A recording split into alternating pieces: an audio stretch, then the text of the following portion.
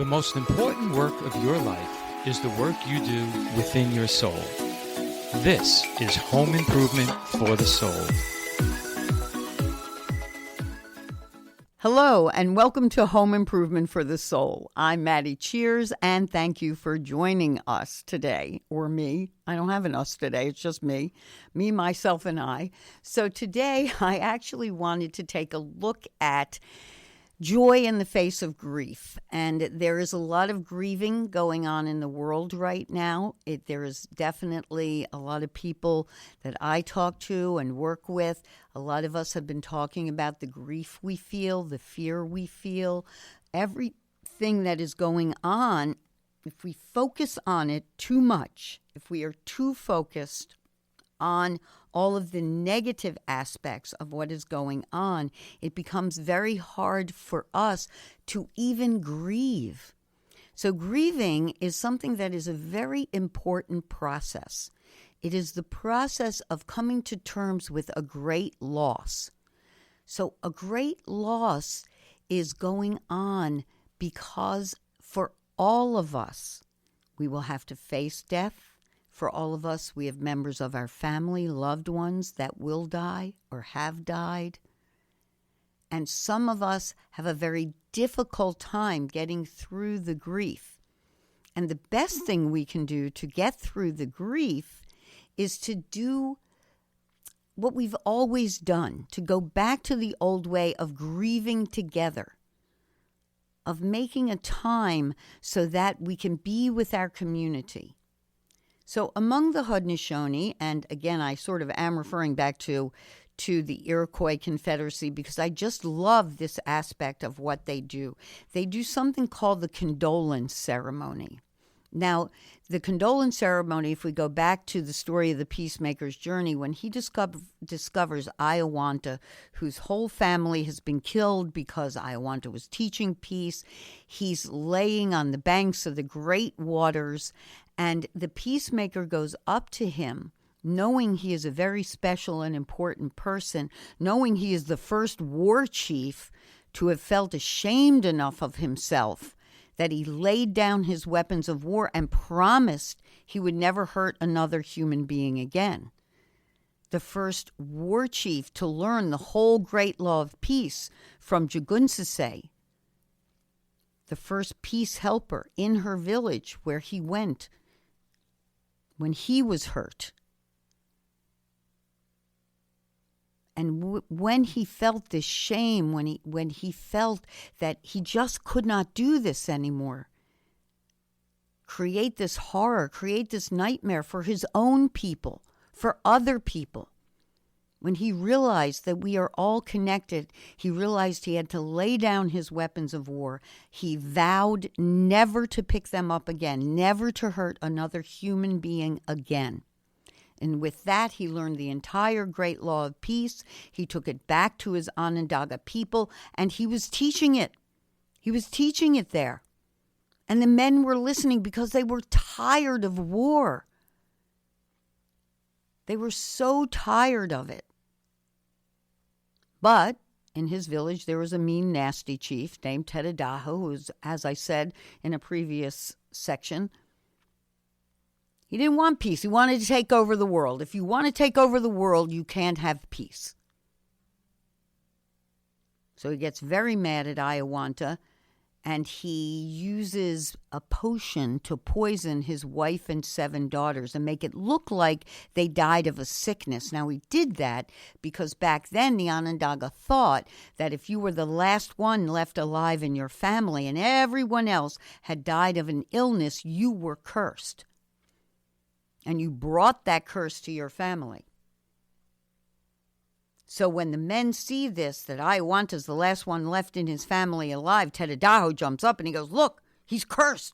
He's cursed and he's brought that curse to his family. You know why he's cursed? He's talking about that stupid peace idea. Peace is going to make us weak. We're men. We have to take over the world. We have to fight. We have to get revenge. We have to show we're bigger and tougher and stronger than they are.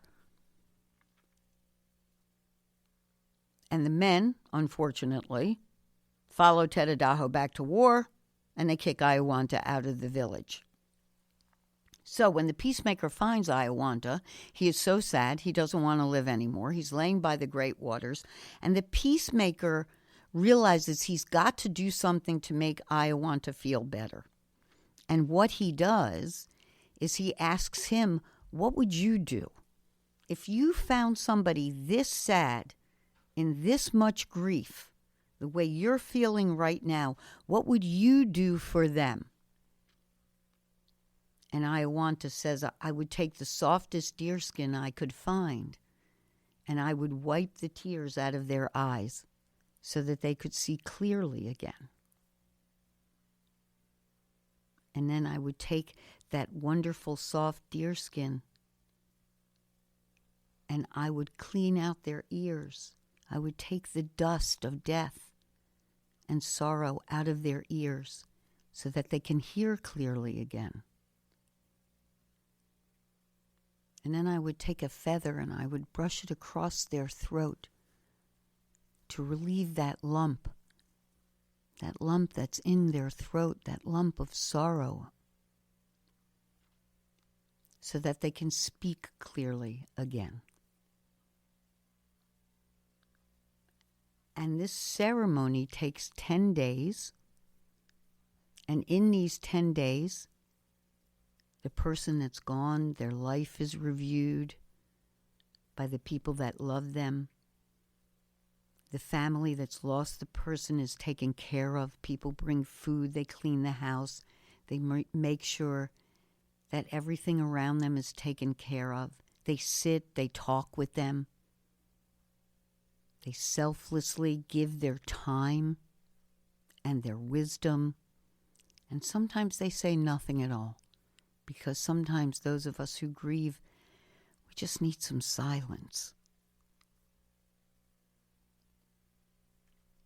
Eventually, they sing songs with them. They tell funny stories. Those of you, all of us, I mean, some of you out there might be too young to have done this, but I know that when I lost my parents and I didn't lose them together, but I lost my mother first and then my father. And when everybody gathered around for Shiva, it was a wonderful thing, because in the Jewish tradition, there is a similar activity where everybody gathers around, people take care of you, they bring you food, they tell stories about your loved ones, you laugh, you cry. You do all of these wonderful things together. At least that's the way we practiced it. It was beautiful. And it's wonderful, and it really is something you need. When I was younger, I didn't want to go to any funerals. I couldn't go to my grandmother's funeral, either of them. I just couldn't, because they meant so much to me. I just didn't want to think of them as being buried in the ground forever. But I did appreciate the stories. I did appreciate everybody sitting around telling stories. That part I loved. But now I find that all of the rituals, all of the things that we need to do around death and loss are important. And people do them in their own time. The beauty of the condolence ceremony is that it recognizes all kinds of loss. It is used now even with drug addicts, with people who have been to war. One of the most incredibly brilliant realizations of every Native culture that I've studied is that it's not that they didn't have war. They had slavery, they had everything that all human beings, all the craziness that we can come up with. All the destructive stuff and all the constructive stuff. But what they did have and do still have, because these cultures still exist today, what they do still have is a sense that when a soldier comes back from war, they have to be restored. Among the Haudenosaunee, originally that haircut we call the mohawk was called the war haircut. But originally they would cut their hair that way to show that they had cut off their tie to the Creator, that they had cut off their own connection to their own family. These men at war taking revenge, they don't care about their own family. They don't care about their own children.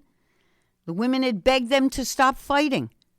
They kicked the women out of power. They took over. They only picked leaders who wanted war and revenge. And when they cut their hair that way, it was to scare their enemy. It was to say to their enemy, I have cut off my connection to the Creator.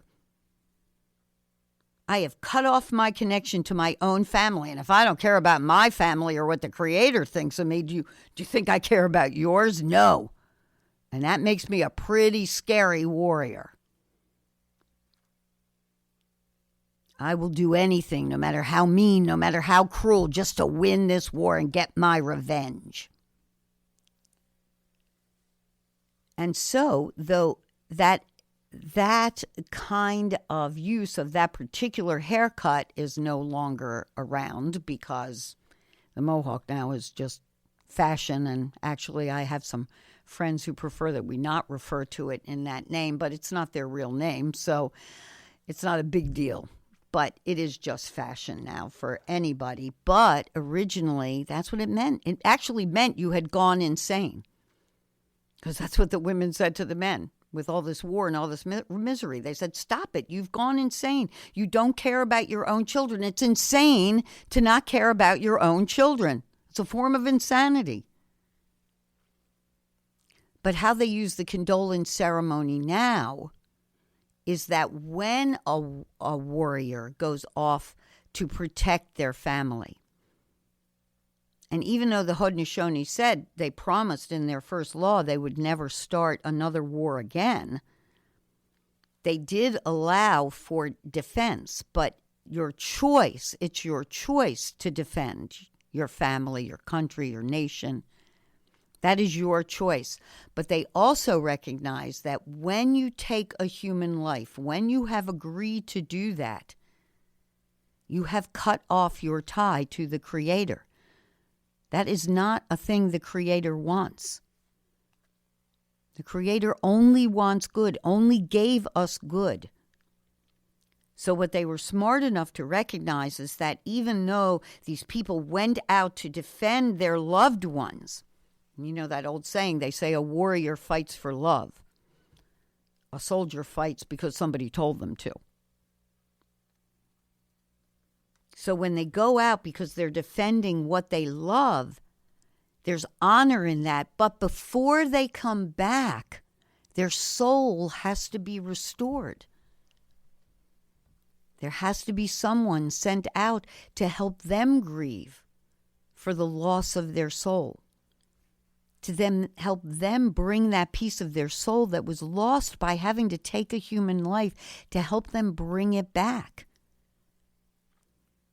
And believe me, those I know that have been in war say that you have to get yourself into a kind of inhuman state in order to take another life, where you're sort of seeing the high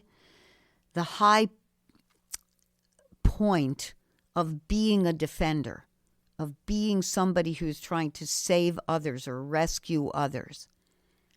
So you're willing to go into battle against people who do not have your best interests at heart. But you're willing to go into battle, soldier to soldier, warrior to warrior. But within that battle, you recognize you are going to have to take a life. And that is a horrible thing. So you have to suppress that knowledge. You have to take that piece of your soul that would never, ever want to take another human life. You have to take that piece of your soul and it goes away. And you remember that you are fighting for an ideal based on love. But it doesn't mean that when you come back from war, you don't need to be reintegrated. And that's what the Haudenosaunee did, the Navajo did, and do. I mean, they have ceremonies, and I'm sure there's many other native cultures I don't know of, and other cultures around the world where they have ceremonies where a warrior is kept off, away from the people, and goes through the 10 days of this condolence ceremony, sits with those who are the medicine people, and retrieves their soul, gets it back, and then they come back. And then it's felt like the violence has left them because they had to embrace a level of violence that required them to kill another human being. I don't know about you, and this is nothing like killing another human being. I don't know. Maybe it is, because if everything's one, maybe it is. I remember once I was driving at night and it was very dark. I was on a road that was in the woods and I hit a rabbit. And I didn't see the rabbit till the last second. There was no way for me to avoid it. And I am telling you, the second I hit it, I was nauseous. It was like I felt an energy hit me in the stomach. That was just, it was just horrible. I had to stop the car. I had to get out. I couldn't look at the poor creature.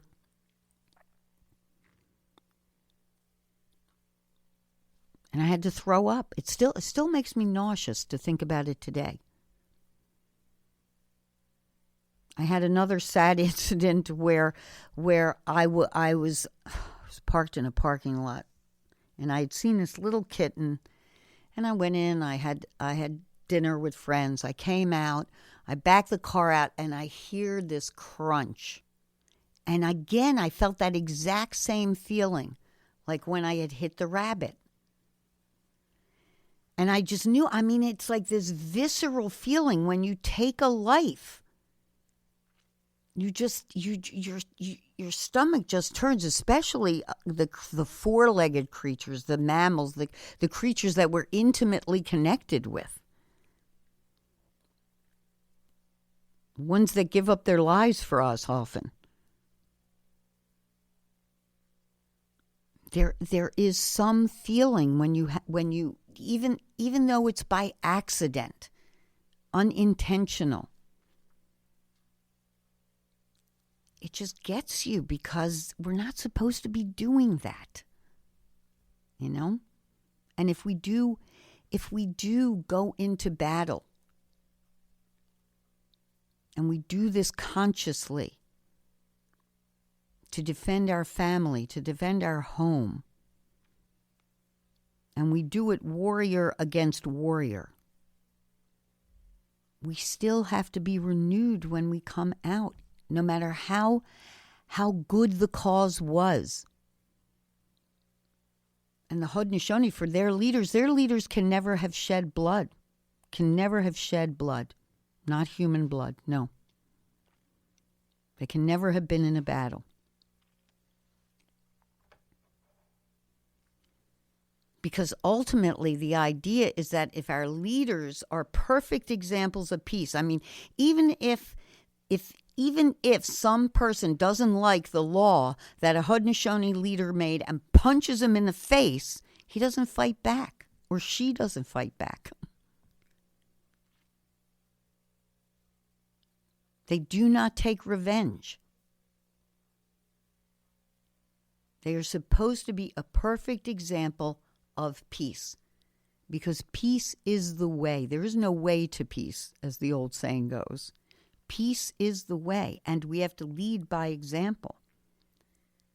But there are times, sadly, we haven't reached that level that the Haudenosaunee reached when they all agreed to stop fighting each other. Didn't mean they didn't have other enemies to fight, which is how they learned that the warriors had to be restored before they could come back. We talk about PTSD all the time.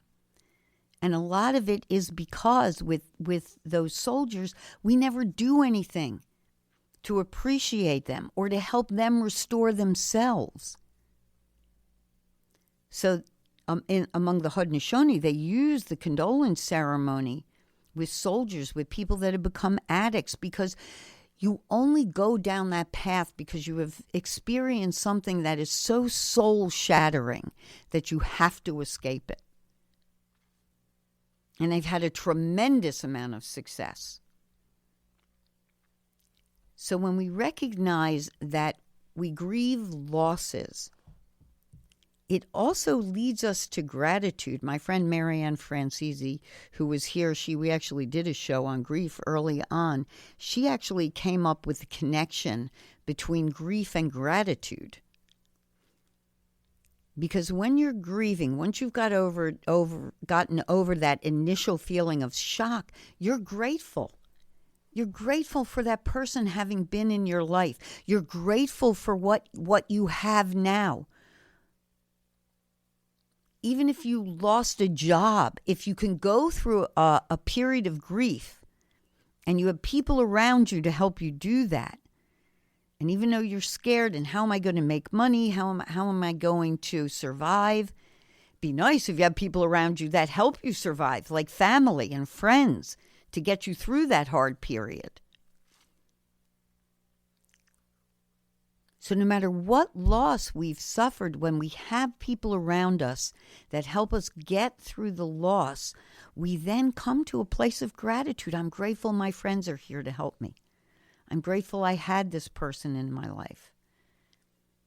I'm grateful I had that job because now it's leading to a better job. I have an opportunity. I have a new horizon to seek out. Maybe I look inside myself and say, hey, here's what I really want to do with my life. I wonder if there's a way to do it. I get to move on.